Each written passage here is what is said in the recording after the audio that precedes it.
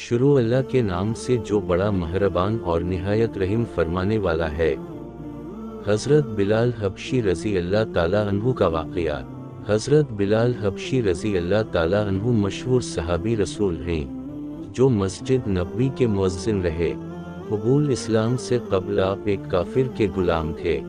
اسلام پر جب آپ ایمان لے آئے تو آپ کو طرح طرح کی تکلیفیں دی جانے لگی۔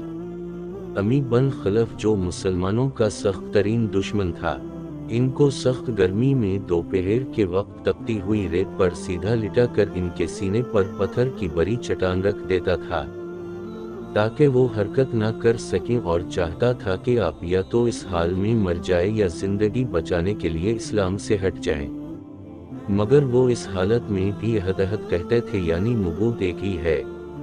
رات کو زنجیروں میں باندھ کر کوڑے لگائے جاتے اور اگلے دن ان زخموں کو گرم زمین پر ڈال کر اور زیادہ زخمی کیا جاتا تاکہ بے قرار ہو کر اسلام سے پھر جائے۔ حضرت ابوبکر صدیق رضی اللہ تعالیٰ عنہ نے جب آپ کو اس حالت میں دیکھا تو ان کو خرید کر آزاد کر دیا، چونکہ عرب کے بت پرست اپنے بتوں کو بھی معبود کہتے تھے، اس لیے ان کے مقابلے میں اسلام کی تعلیم توحید کی تھی، جس کی وجہ سے حضرت بلال رضی اللہ تعالیٰ عنہ کی زبان پر ایک ہی کلمے کا ورد تھا۔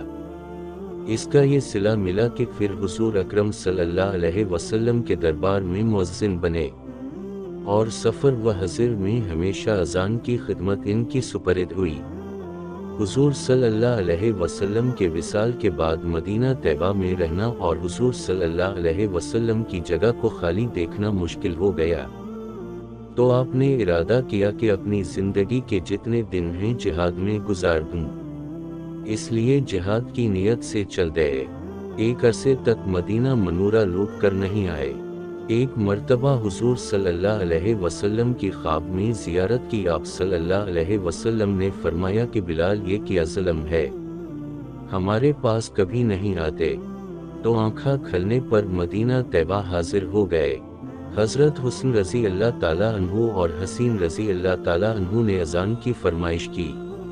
لاڈلوں کی فرمائش ایسی نہیں تھی کہ انکار کی گنجائش ہوتی۔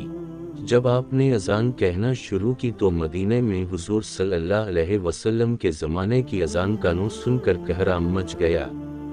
عورتیں تک روتی ہوئی گھروں سے نکل پڑیں۔